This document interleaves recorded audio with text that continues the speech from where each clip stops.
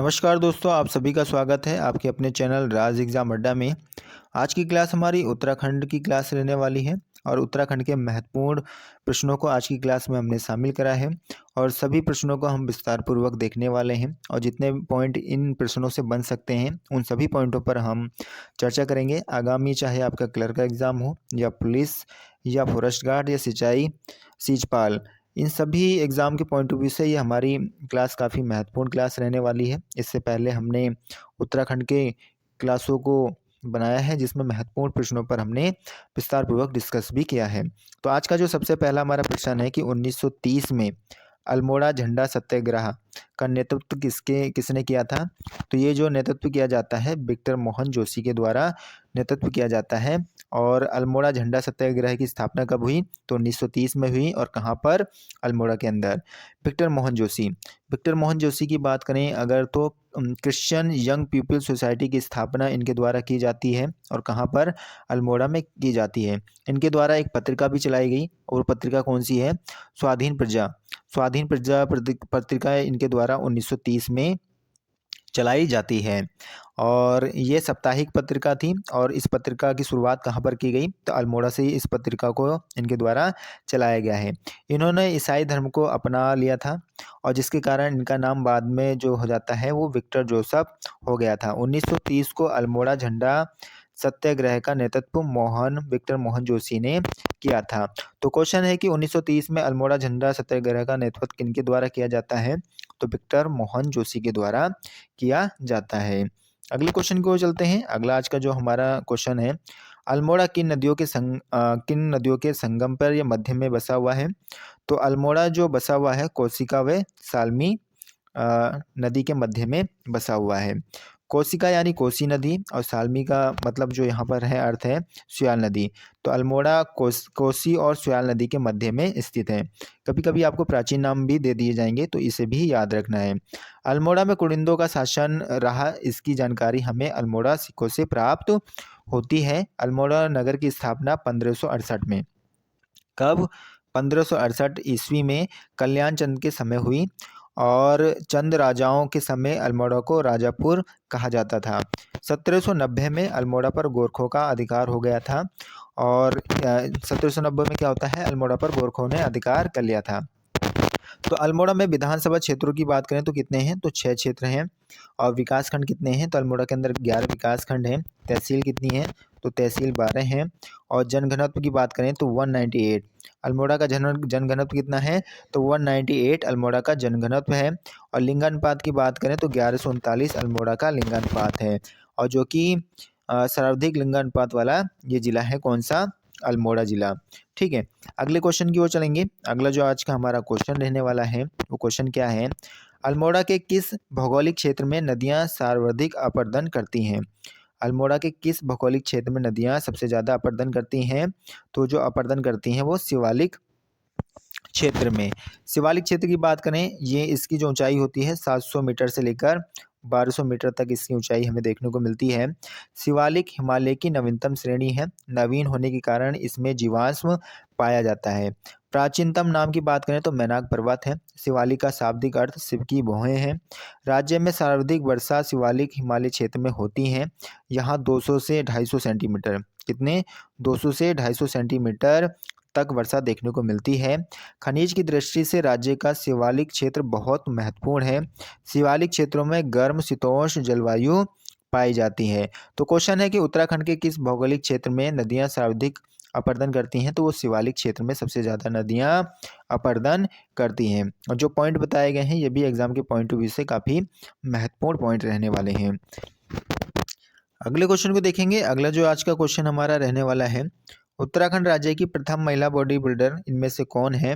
तो उत्तराखंड राज्य की प्रथम महिला बॉडी बिल्डर इनमें से भूमिका शर्मा है। कौन है? भूमिका शर्मा है। कबूतरी देवी की बात करें, कबूतरी देवी राज्य की प्रथम महिला लोक गायिका है। तासी व नुंगसी की बात करें, विश्व की the 7 summit club hall of fame में शामिल होने वाली प्रथम महिला है। विश्व के 7 महाद्वीपों को सर्वोच्च चोटी का सफल आरोहण करने वाली भी प्रथम महिला कौन है? तासी वे नुंगसी। वर्तिका जोशी की बात करें, वर्तिका जोशी राज्य की प्रथम महिला नौसेना में लेफ्टिनेंट हैं और इसी के साथ साथ बुग्याल लेडी किनको कहा जाता है? बुग्याल लेडी जो कहा जाता है, रूपा देवी को बुग्याल लेडी कहा जाता है। अगले क्वेश्चन को देखते हैं। अगला जो आज का हमारा क्वेश्चन रहने वाला है, उत्तराखंड में पानी राखो आंदोलन किसके नेतृत्व में चलाया गया? तो उत्तराखंड में पानी राखो आंदोलन जो चलाया जाता है वो सच्चिदानंद भारती के नेतृत्व में चलाया गया है। पानी राखो आंदोलन की बात करें तो उपहरखाल पौड़ी के युवाओं ने पानी की कमी दूर करने के लिए सच्चिदानंद भारती के नेतृत्व में आंदोलन चलाया है। अन्य आंदोलन की बात करें जैसे गुजरू आंदोलन, इसको गढ़वाल का बारदोली कहा जाता है। ये गढ़वाल में 1942 में, गुजरू आंदोलन का गढ़वाल में 1942 में राम प्रसाद नौटियाल के नेतृत्व में हुआ था। बाल सभा की बात करें, बाल सभा 1935 का, बाल सभा 1935 टिहरी के सकलाना में ये हुआ था और सत्य प्रसाद रतोड़ी ने इसकी क्या करी, शुरुआत करी या नेतृत्व किया। और उद्देश्य इसका क्या था? बालकों में देशभक्ति की भावना जगाना था। बाल सभा के सदस्यों ने केसरी पत्रिका का संपादन भी किया है। तो ये पॉइंट याद रखना है कि पानी राखो आंदोलन किसके नेतृत्व में चलाया गया? तो सच्चिदानंद भारती के नेतृत्व में चलाया गया था। अगले क्वेश्चन की ओर चलते हैं। अगला क्वेश्चन है, किस मेले में 1921 में कुली बेगार का अंत हुआ था? तो ये जो मेला है ये उत्तरायणी मेला है, जिसमें 1921 में कुली बेगार का अंत हुआ था। उत्तरायणी मेला की बात करें तो गोमत सरयू व अदृश्य सरस्वती के संगम पर है और कहाँ पर? बागेश्वर में ये मेला लगता है। बगवाल मेले की बात करें, बगवाल मेला आषाढ़ कौतिक मेला है और श्रावण में रक्षाबंधन को प्रसिद्धि बगवाल अर्थात पाषाण युद्ध 2013 से फूल व फल से बगवाल मनाया जाता है और कहाँ? देवीधुरा चंपावत में। चालते बिखोती की बात करें, चालते बिखोती बैसाख के प्रथम दिन व रात हरिद्वार अल्मोड़ा में ये मेला लगता है और सोमनाथ मेला वैष्णव के अंतिम रविवार व पशुओं का क्रय विक्रय इसमें किया जाता है और रानीखेत के पास अल्मोड़ा में ये मेला लगता है। कौन सा? सोमनाथ मेला। तो ये मेले से कुछ पॉइंट हैं, इनको याद रखना है। अगले क्वेश्चन की ओर चलते हैं। अगला जो हमारा क्वेश्चन रहने वाला है, अगर उसकी बात करें 2011 के आंकड़ों के अनुसार 2011 के आंकड़ों के अनुसार सर्वाधिक जनघनत्व वाला जिला कौन सा है? तो सबसे अधिक जनघनत्व वाला जिला हरिद्वार जिला है। और टॉप 4 जिलों की बात करें जो जनघनत्व में है, तो पहला हरिद्वार है। हरिद्वार का जनघनत्व कितना है? तो 801 है। सेकंड पर आता है उधम सिंह नगर का जनघनत्व कितना है? तो 649। और फिर देहरादून का कितना है? 549 जनघनत्व है। और उसके बाद नैनीताल का 225 जनघनत्व देखने को मिलता है। तो ये टॉप 4 जनघनत्व वाले जिले हैं। टॉप 4 कम जनघनत्व वाले जिलों की अगर बात करें, उत्तरकाशी सबसे कम किसका है? उत्तरकाशी का कितना है? 41 है। फिर चमोली का 49 है। फिर उसके बाद पिथौरागढ़ का जो जनघनत्व देखने को मिलता है 68। फिर उसके बाद बागेश्वर का 116 जनघनत्व देखने को मिलता है। तो ये सबसे कम जनघनत्व वाले 4 जिले हैं। 2011 के आंकड़ों के अनुसार उत्तराखंड का राष्ट्रीय स्तर पर नगरीयकरण प्रतिशत कितना रहा है? तो 31.2% रहा है। तो क्वेश्चन था कि 2011 के आंकड़ों के अनुसार सबसे ज़्यादा जनघनत्व वाला जिला कौन सा है? तो हरिद्वार है। कौन सा जिला है? हरिद्वार। और हरिद्वार का जनघनत्व कितना है? तो 801 जनघनत्व हरिद्वार का देखने को मिलता है। अगले क्वेश्चन की ओर चलेंगे। अगला जो आज का क्वेश्चन हमारा है, निम्न में से कुमायूं में चावल की जलेबी कहा जाता है। तो चावल की जलेबी किसे कहा जाता है? तो सिंगल को चावल की जलेबी कहा जाता है। कहाँ पर? कुमायूं के अंदर। अरसा की बात करें, चावल के बने होते हैं ये, और ये अरसा, ये जो अरसा होता है ये चावल के बने होते हैं और ये लड़की की ससुराल जाते समय कन्याओं के रूप में दिया जाता है, कलियों के रूप में दिया जाता है। ठीक है, किसके? जब लड़की ससुराल जाती है तो जो दिया जाता है ये कलियों के रूप में दिया जाता है। चौसा की बात करें, चौसा उड़द की जो दाल होती है उसको पीसकर साग बनाया जाता है। रोट की बात करें, रोट यह आटे की रोटी पर भी घी लगाकर बनाया जाता है, जो देवी व देवताओं की पूजा करने के लिए प्रयोग में होता है। किल्मोड़ा की बात करें, किल्मोड़ा का प्रयोग चटनी बनाने के लिए होता है। किसका प्रयोग? किल्मोड़ा का प्रयोग किसके लिए किया जाता है? तो किल्मोड़ा का प्रयोग जो किया जाता है वो चटनी बनाने के लिए किया जाता है। अगले क्वेश्चन की ओर चलते हैं। अगला आज का जो हमारा क्वेश्चन रहेगा, अगर हम उसकी बात करें तो अगला है, निम्न में से पंच केदार में शामिल नहीं है। इनमें से पंच केदार में कौन शामिल नहीं है? तो बद्रीनाथ शामिल नहीं है। इससे जो हमें बातें याद रखनी है, राज्य के पंच केदारों की बात करें तो पहला जो केदार आता है केदारनाथ आता है, जो रुद्रप्रयाग में है और यहाँ पर शिव के पिछले भाग की पूजा की जाती है। दूसरा जो हमें देखने को मिलेगा पंच केदार में मद्महेश्वर नाथ देखने को मिलेगा, जो कि रुद्रप्रयाग में है और यहाँ पर नाभि की पूजा होती है। और पूजा कब की जाती है? तो शीतकाल में ऊखी मठ में पूजा होती है और ये चौखंबा शिखर पर है। तीसरा जो केदार आता है वो तुंगनाथ आता है, ये रुद्रप्रयाग में है। यहाँ पर भुजा की पूजा की जाती है और चंद्रशिला पर्वत पर ये स्थित है और राज्य का सबसे ऊंचाई पर स्थित ये क्या है? हमारा केदार है। उसके बाद चौथा जो केदार हमें देखने को मिलेगा रुद्रनाथ देखने को मिलेगा, जो कि चमोली में है और यहाँ पर शिव के मुख की पूजा की जाती है और पित्रार्थ के लिए ये प्रसिद्ध है। पांचवा जो केदार है हमारा कल्पेश्वर नाथ केदार है, जो कि चमोली में है और यहाँ पर केस की पूजा होती है। किसकी पूजा की जाती है? केस की पूजा की जाती है। तो ये राज्य के पंच केदार हैं। 5 बद्री की बात करें तो पहला जो इसमें हमारा बद्री है वो बद्रीनाथ है, जो कि जिसे विशाल बद्री भी कहा जाता है और ये चमोली के अंदर है। सेकंड जो आता है आदि बद्री, जो कि कर्णप्रयाग चमोली में है। फिर भविष्य बद्री, जो कि जोशीमठ में है। फिर ब्रत बद्री, जो कि जोशीमठ में प्रथम बद्री इसे कहते हैं। फिर योग ध्यान बद्री, जो कि चमोली के पांडुकेश्वर में स्थित है। तो पंच केदार और पंच बद्री ये हैं। तो क्वेश्चन था कि निम्न में से पंच केदार में शामिल नहीं है, तो कौन नहीं है? तो बद्रीनाथ शामिल नहीं है। अगले क्वेश्चन की ओर चलेंगे। अगला जो आज का क्वेश्चन है हमारा है, राज्य के लोक नृत्य में शामिल नहीं है। राज्य के लोक नृत्य में शामिल नहीं है। कौन नहीं है? तो मोछंग शामिल नहीं है। थड़िया नृत्य की बात करें तो गढ़वाल की बसंत पंचमी के समय विवाहित लड़कियां पहली बार मायके आने पर करती हैं।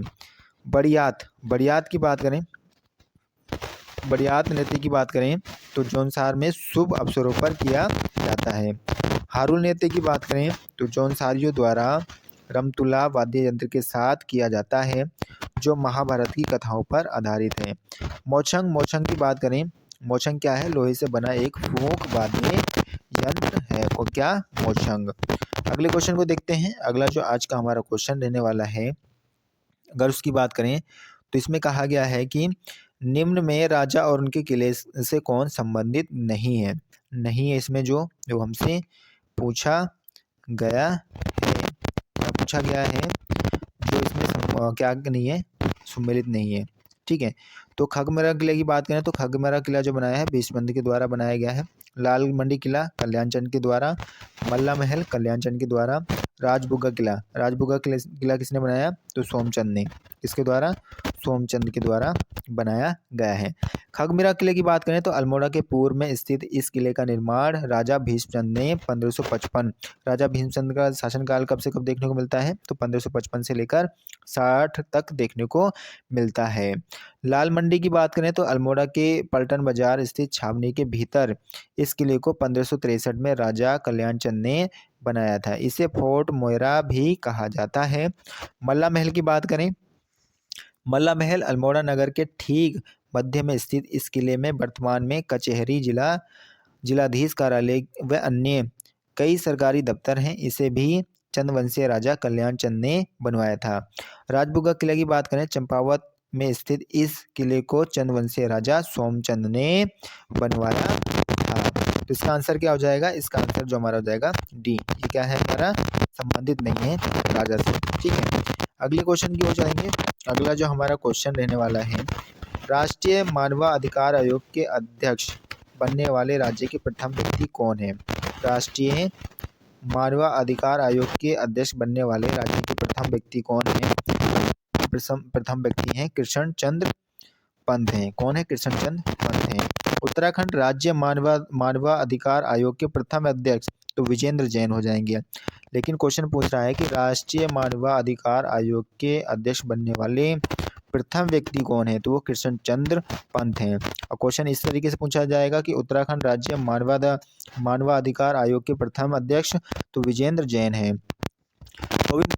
बात करें तो देश के गृह मंत्री रहने वाले प्रथम व्यक्ति हैं और मुख्यमंत्री बनने वाले राज्य के प्रथम व्यक्ति भी गोविंद वल्लभ पंत हैं।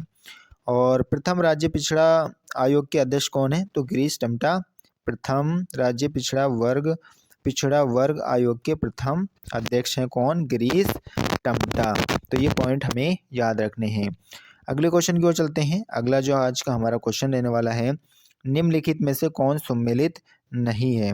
इनमें से कौन सम्मिलित नहीं है यह हमें बताना है। अल्मोड़ा नगर पालिका की स्थापना 1864 में की गई, मसूरी नगर पालिका की स्थापना 1842 और नैनीताल नगर पालिका 1850।